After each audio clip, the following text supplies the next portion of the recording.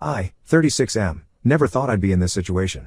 Been married to Sadie, 34F, for 8 years now, together for 10.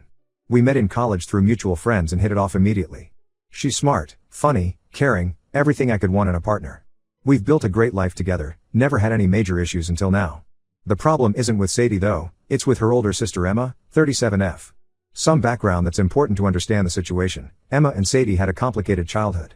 Their parents clearly favored Sadie, something both sisters acknowledge. While Sadie got new clothes and dance lessons, Emma got hand-me-downs and was told to focus on academics. Sadie was the pretty, popular one who could do no wrong. Emma was the responsible, serious one who had to work twice as hard for half the recognition. This dynamic followed them into adulthood. Sadie became a nurse, helping people and making her parents proud. Emma went into corporate law, making good money but never quite getting the same approval. She married young to her college boyfriend, but that ended 2 years ago when he cheated with a 25-year-old paralegal from his firm. The divorce was messy, he tried to hide assets, claimed she was too focused on work, typical stuff. Sadie was incredibly supportive during this time, letting Emma stay with us for almost 3 months while she got back on her feet. I was fine with Emma staying with us initially. She seemed broken by the divorce, and family helps family, right? She was actually great to have around at first, helped with cooking, kept the house clean, was respectful of our space. Sadie works 12-hour shifts at the hospital, sometimes nights, so it was nice having someone else around. I work from home as a software developer, so I'm always here. The problem started gradually, so gradually I almost didn't notice at first. About 6 months ago, after she'd moved into her own place nearby, Emma started dropping by more frequently. Usually when Sadie was at work. At first, it was normal stuff, borrowing sugar, asking about computer problems, bringing over leftover food she'd made. But then things started getting weird. She began showing up in increasingly revealing outfits. Like, seriously inappropriate for visiting your sister's husband. Yoga pants so tight you could see everything, low-cut tops that showed way too much when she'd lean over my desk to look at something on my computer. She started finding excuses to touch me, brushing lint off my shoulder, touching my arm while laughing at something I said, accidentally bumping into me in the kitchen. Then came the requests for help at her new place. Her Wi-Fi wasn't working right. Her TV needed mounting. Her garbage disposal was making weird noises. Every time I'd go over, always telling Sadie first, Emma would be dressed in tiny shorts and a sports bra, claiming she was in the middle of a workout. She'd bend over unnecessarily, stand too close while I was working, make comments about how strong I was. I tried to keep things professional, make excuses, avoid being alone with her. But she's persistent. She got my number from Sadie's phone and started texting me constantly. Nothing explicitly inappropriate at first, just random questions about tech stuff, funny memes, that sort of thing.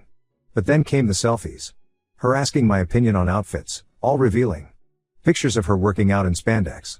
Yesterday she sent me a bikini pic asking if it was too revealing for the family beach trip next month. Last week things went from uncomfortable to alarming. Sadie was working a night shift, and Emma showed up at 9 p.m. claiming her heating wasn't working and she was freezing. When I opened the door, she was wearing this silk robe thing that barely covered anything. She asked to stay until her heating was fixed. I let her in because what else could I do? She's family, it was cold, and I didn't want to cause drama. Throughout the evening, she kept finding reasons to touch me. She sat unnecessarily close on the couch while watching TV, her robe riding up. At one point, she accidentally spilled water on herself and asked to borrow one of my shirts. I gave her one of Sadie's instead, but she pouted and said she preferred men's shirts, they smell better. She ended up using a blanket instead, but made sure to let the robe slip off her shoulder a few times. The final straw came when she was leaving around midnight. She hugged me, which wasn't unusual, but this time she pressed herself against me way too hard and held on too long. Then she whispered in my ear that she's always wondered what it would be like to be with a man like me. She said Sadie was lucky, and that sometimes she gets jealous of her perfect little sister with her perfect life and perfect husband. Before I could process what was happening, she kissed me on the cheek, way too close to my mouth, letting her lips linger. Then she just left, leaving me standing there in shock. Now I'm stuck in an impossible situation. If I tell Sadie, it could destroy their relationship. Sadie adores Emma and feels guilty about their childhood. She's always trying to make up for being the favored child. They're closer now than they've ever been, and Sadie constantly talks about how glad she is to have her sister in our lives. If I confront Emma directly, who knows how she'll spin it. She's a lawyer, she knows how to manipulate situations. She could easily turn this around and make me look like the aggressor. Maybe claim I misread her friendliness as flirting. Or worse, claim I came onto her. But if I do nothing, I'm afraid things will escalate. Just yesterday, she showed up at my home office window while I was on a work call, wearing barely their workout clothes, asking if I wanted to join her for a run. When I declined, she stayed there stretching for a good 10 minutes, putting on a show right in front of my window. I've started keeping records of everything, screenshots of texts, times she shows up unannounced, a log of inappropriate behavior. But I don't know what to do with this information. I love Sadie more than anything. We've talked about starting a family soon, buying a house, building a future together. I don't want to be the reason she loses her relationship with her sister, but I also can't keep dealing with Emma's behavior. I need advice on how to handle this without destroying my marriage or causing a family crisis. Has anyone dealt with something similar? How do you reject someone's advances without creating drama when that person is family? Update 1. Things have escalated beyond what I ever imagined. After my last post, I took the advice many of you gave and started documenting everything meticulously. I saved all texts, started recording times and dates of Emma's visits, and kept detailed notes of every inappropriate interaction. I even installed security cameras in our common areas, just to be safe. Many of you warned me that this situation could blow up in my face. You were right, but not in the way any of us expected. Last Saturday, while Sadie was working a 12-hour shift at the hospital, Emma showed up at our door crying. Not her usual calculated tears, but full-on sobbing. Against my better judgment, I let her in. I kept my distance, staying on the opposite side of the room, and asked what was wrong. She collapsed onto our couch, the same one where she'd tried to seduce me weeks before, and started talking about how lonely she's been since her divorce. She went on about how seeing Sadie and me together makes her realize what she's missing, how her ex never treated her the way I treat Sadie. Then she looked at me with these sad eyes and dropped the bomb. She claimed we had a moment last month during that night she came over with the heating issue. According to her, there was this intense connection between us. She said she caught me staring at her that night, that she felt the electricity between us. When I firmly told her she was imagining things and that I needed her to leave, she got angry. Her tears dried up instantly, and this cold look came over her face. That's when she told me she'd already spoken to Sadie about our relationship.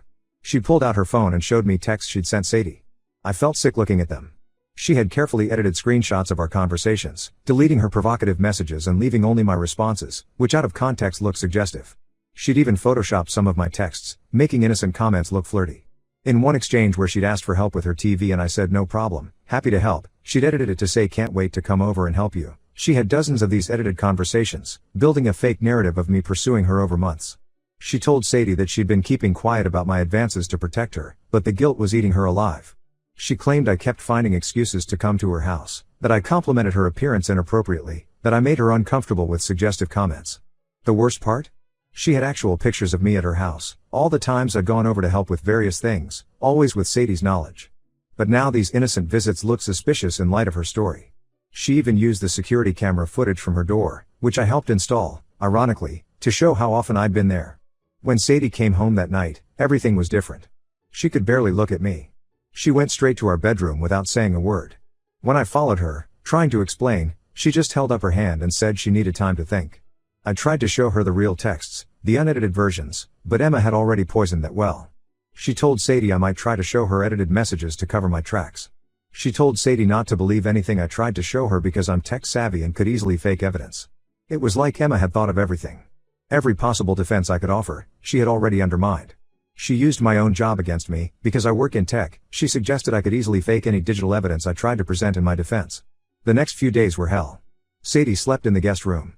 She went to work, came home, barely spoke to me. Emma kept texting her, feeding her more twisted versions of events. I could see Sadie checking her phone constantly, probably getting more evidence of my supposed betrayal. I tried talking to her multiple times, but Emma had done such a thorough job that everything I said sounded like an excuse. When I told Sadie about Emma's revealing outfits, she said I must have been paying too much attention to notice. When I mentioned the inappropriate touching, she asked why I never brought it up before. The worst part is seeing the doubt in Sadie's eyes. This woman who has known me for 10 years, who I've built a life with, is actually wondering if I could have done this. Emma has played on all her insecurities, about being the favored child, about their complicated relationship, about everything. I'm writing this update from a hotel room. Sadie asked for space to figure things out. Emma has won, at least for now. She's destroyed my marriage with carefully crafted lies, and I don't know how to fight back. The evidence I collected seems useless now that she's poisoned Sadie against trusting anything from me. But I'm not giving up. I've hired a lawyer, not for divorce, but for defamation. I'm having a tech expert analyze the texts to prove they were edited. And I'm going through all our security camera footage with a fine-tooth comb. Emma might think she's won, but she doesn't know what I've got planned. I'll update again when I have more news. Right now, I need to focus on clearing my name and saving my marriage.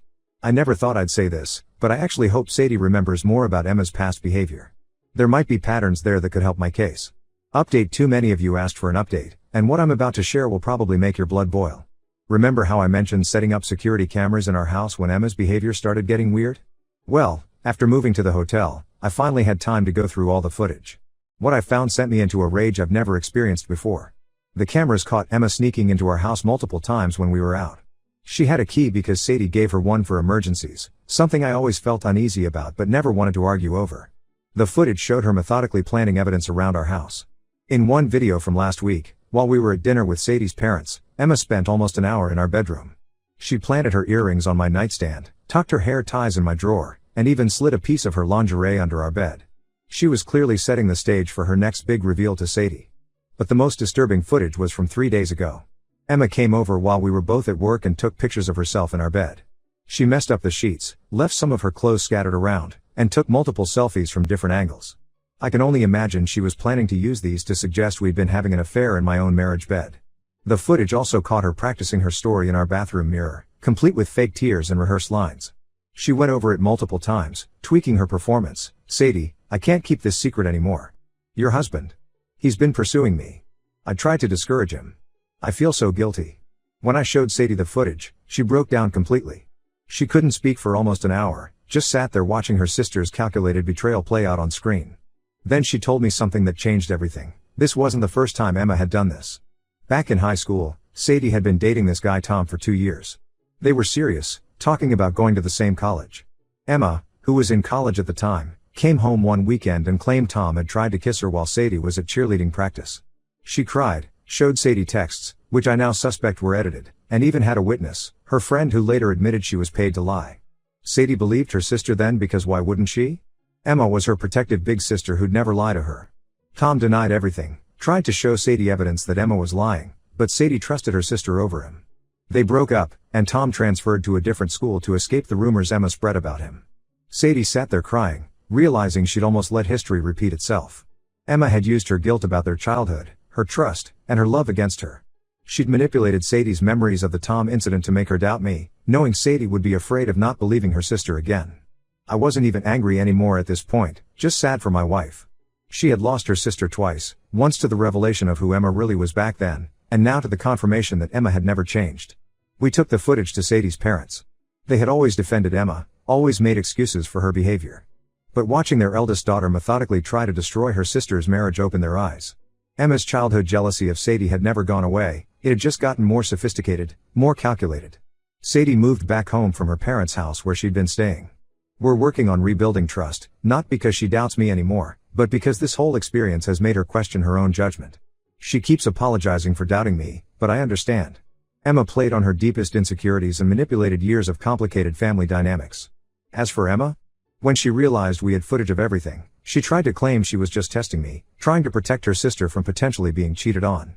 When that didn't work, she had a complete meltdown, screaming that Sadie had taken everything from her their whole lives. It was chilling to watch, like she finally let her mask slip completely. I'll post one final update soon about what happened after this, but right now we're focused on healing. Sadie is in a bad place, realizing her sister is someone she never really knew. The woman she looked up to, who she trusted more than anyone, tried to destroy her marriage out of pure jealousy. Update 3. This will be my final update on this nightmare. A lot has happened since my last post, and you all deserve to know how this mess ended. After we caught Emma on camera, Sadie confronted her. It wasn't pretty. We invited Emma over, didn't tell her we had evidence. Sadie wanted to give her one chance to come clean. Emma showed up with her usual act, concerned sister, reluctant whistleblower, the whole performance. Sadie sat there quietly and let her spin her story again about how I'd been pursuing her, how she was just trying to protect her sister. Then Sadie played the security footage. Emma's face went through about 5 different emotions in 10 seconds, shock, anger, fear, then this weird calm. She tried claiming she was just testing me, setting up scenarios to see if I would cheat on Sadie. When that didn't work, she said she was trying to protect Sadie from ending up like her, cheated on and divorced. Finally, when she realized none of her lies were working, she snapped. Started screaming about how Sadie had everything handed to her their whole lives. How their parents always loved Sadie more, how Sadie got the perfect husband, the perfect job, the perfect life. She even brought up things from 20 years ago, childhood toys she never got, parties she wasn't allowed to go to, boys who liked Sadie instead of her. The scary part wasn't the screaming, it was what came after. She suddenly went completely calm and told Sadie she deserved everything. That she'd spent her whole life watching Sadie get everything she wanted, and for once, she wanted to take something away from her perfect little sister. She admitted she'd done the same thing with Sadie's high school boyfriend, said she'd do it again if she could. Sadie just looked at her and said, "Get out. Don't ever contact me or my husband again." Emma tried to argue, but Sadie stood firm. When Emma finally left, she slammed the door so hard a picture fell off the wall. We moved 3 weeks later. Sadie got a transfer to a different hospital in another city, and I can work from anywhere. We didn't tell anyone in the family where we went except Sadie's parents, who finally saw Emma for who she really is. Emma tried to get ahead of the story, calling family members with her version of events. But we'd already shared the security footage with Sadie's parents, who shared it with the rest of the family. Nobody's talking to Emma now. Last we heard, she moved to another state after her law firm found out about everything. Apparently, they weren't thrilled about having a lawyer who doctors evidence. Sadie struggles sometimes. She'll see something that reminds her of Emma and just break down.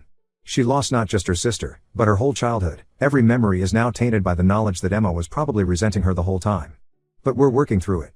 Sadie's focusing on her new job, and we're trying for a baby. I installed a top-of-the-line security system in our new house. Old habits die hard. We changed our phone numbers, emails, everything. Emma tried to reach out once through a fake account, but we blocked it immediately.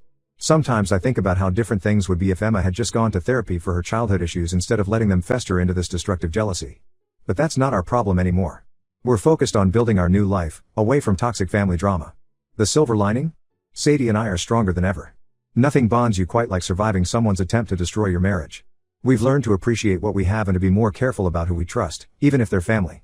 Emma's actions cost her everything: her sister, her family, her reputation. Sometimes karma works out perfectly.